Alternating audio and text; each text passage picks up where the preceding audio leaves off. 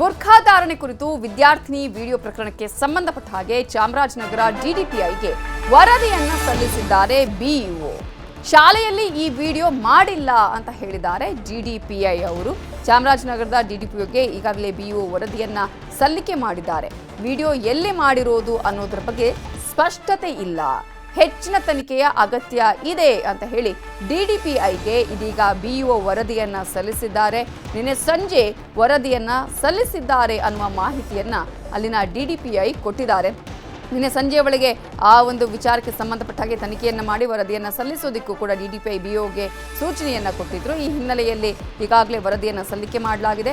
ಜಿಲ್ಲಾಡಳಿತದ ಜೊತೆಗೆ ಚರ್ಚಿಸಿ ಹೆಚ್ಚುವರಿ ತನಿಖೆ ಮಾಡ್ತೇವೆ, ತನಿಖೆಗೆ ಯಾರನ್ನ ನೇಮಿಸಬೇಕು ಅನ್ನೋದ್ರ ಕುರಿತಾಗಿಯೂ ಕೂಡ ಚರ್ಚೆಯನ್ನ ಮಾಡ್ತೇವೆ ಅಂತ ಹೇಳಿ ಚಾಮರಾಜನಗರ ಡಿಡಿಪಿಐ ರಾಮಚಂದ್ರ ರಾಜೆ ಅರಸ್ ಹೇಳಿಕೆಯನ್ನ ಕೊಟ್ಟಿದ್ದಾರೆ. ಕೊಡಿ ಅಂತೇಳಿ ನಾನು ಬಿಇಒಗೆ ಆದೇಶ ಮಾಡಿದೆ. ನಿನ್ನೆ ಸಂಜೆ 5 ಗಂಟೆಗೆ ನನ್ನ ಕಚೇರಿ ಕೊಟ್ಟಿದ್ದಾರೆ. ನಾನು ಅದನ್ನು ಗಮನಿಸಿದ್ದೀನಿ. ಅವ್ರ ಮುಖಪುಟದಲ್ಲಿ ಕೊಟ್ಟಿರ್ತಕ್ಕಂಥ ವರದಿಯನ್ನು ನೋಡಿದಾಗ ಅವ್ರೇನು ಹೇಳಿದ್ದಾರೆ, ಇದೇ ಶಾಲೆ ಮಗು ಅಂತೇಳಿ ನನಗೂ ಕನ್ಫರ್ಮ್ ಆಗಿದೆ, ಸಂಸ್ಥೆಯವರು ಸಹ ಒಪ್ಕೊಂಡಿದ್ದಾರೆ.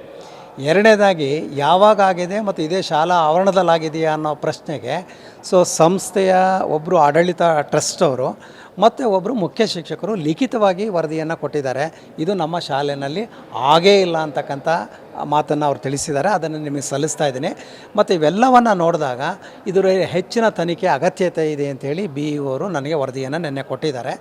ಇದ್ರ ಮೇಲೆ ನಾನು ಜಿಲ್ಲಾಡಳಿತದ ಜೊತೆ ಚರ್ಚೆ ಮಾಡಿ ಇವತ್ತೇ ಹೆಚ್ಚುವರಿ ತನಿಖೆ ಅಂತಂದರೆ ಯಾರನ್ನು ನೇಮಿಸಬೇಕು, ಹೇಗೆ ಮಾಡಬೇಕು, ಎಷ್ಟು ಗಡುವು ಕೊಡಬೇಕು ಅಂತೇಳಿ ಇವತ್ತು ತೀರ್ಮಾನ ಮಾಡಿ ಬಹುಶಃ ನಾನು ಅದರ ಬಗ್ಗೆ ಕ್ರಮ ವಹಿಸ್ತೀನಿ. ವರದಿಯನ್ನು ಇದೇ ವಿಚಾರಕ್ಕೆ ಸಂಬಂಧಪಟ್ಟ ಹಾಗೆ ಇನ್ನಷ್ಟು ಡೀಟೇಲ್ಸ್ ಅನ್ನು ಕೊಡೋದಕ್ಕೆ ನಮ್ಮ ರಿಪೋರ್ಟರ್ ನಂದೀಶ್ ಫೋನ್ ಸಂಪರ್ಕದಲ್ಲಿ ಜಾಯ್ನ್ ಆಗಿದ್ದಾರೆ. ನಂದೀಶ್, ಈಗಾಗಲೇ ಬಿಇಒ ಕೂಡ ವರದಿಯನ್ನ ಸಲ್ಲಿಸಿದ್ದಾರೆ.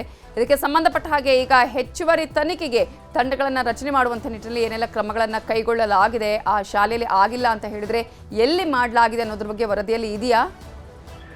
ನವಿತಾಜನ್, ಇಂದು ಮಧ್ಯಾಹ್ನ ಜಿಲ್ಲಾಧಿಕಾರಿಗಳು ಶಿಕ್ಷಣ ಇಲಾಖೆ ಅಧಿಕಾರಿಗಳ ಸಭೆ ಕರೆದಿದ್ದಾರೆ. ಆ ಸಭೆಯಲ್ಲಿ ತೀರ್ಮಾನ ಆಗುತ್ತೆ, ಇದು ಹೆಚ್ಚುವರಿ ತನಿಖೆ ಮಾಡಬೇಕೆ ಬಿಡಬೇಕೆ ಅಥವಾ ಬಿಇಒ ಅವರು ಕೊಟ್ಟಿರ್ತಕ್ಕಂಥ ವರದಿಯನ್ನೇ ಸ್ವೀಕರಿಸಿ ಅಷ್ಟಕ್ಕೆ ಮುಗಿಸ್ಬೇಕು ಅನ್ನೋದ್ರ ಬಗ್ಗೆ ಮಧ್ಯಾಹ್ನ ಜಿಲ್ಲಾಧಿಕಾರಿಗಳು ಒಂದು ಶಿಕ್ಷಣಾಧಿಕಾರಿಗಳ ಒಂದು ಸಭೆ ಕರೆದಿದ್ದಾರೆ. ಆ ಸಭೆಯಲ್ಲಿ ಚರ್ಚೆ ಆಗುತ್ತೆ. ಯಾಕೆಂತಂದ್ರೆ ಆ ಶಿಕ್ಷಣ ಸಂಸ್ಥೆಯವರು ಹುಡುಗಿ ಏನು ಹೇಳಿಕೆ ಕೊಟ್ಟಿದ್ದಾರೆ, ಆ ವಿವಾದಿತ ಹೇಳಿಕೆಯನ್ನ ಆ ಮಗು ನಮ್ಮ ಶಾಲೆ ಇದೆ ಅಂತ ಹೇಳಿಕೆ ಕೊಟ್ಟಿದ್ದಾರೆ. ಜೊತೆಗೆ ಅದು ಎಲ್ಲಿ ವಿಡಿಯೋ ರೆಕಾರ್ಡ್ ಆಗಿದೆ ಅನ್ನೋದು ನಮಗೆ ಗೊತ್ತಿಲ್ಲ ಅಂತ ಹೇಳಿಕೆ ಕೊಟ್ಟಿದ್ದಾರೆ. ಹಾಗಾಗಿ ಬಿಇಒ ಅವರು ಇದನ್ನ ಮುಗಿಸಿದ್ದು ಹೆಚ್ಚುವರಿ ತನಿಖೆಗೆ ಅಗತ್ಯ ಇದೆ ಅಂತ ಹೇಳಿ ವರದಿ ಕೊಟ್ಟಿದ್ದಾರೆ. ಆ ವರದಿ ಹಿನ್ನೆಲೆಯಲ್ಲಿ ಈಗ ಡಿಡಿಪಿಐ ರಾಮಚಂದ್ರ ರಾಜ ಅವರು ಡಿಸಿ ಅವರು ಗಮನಿಸಿದ್ದಾರೆ.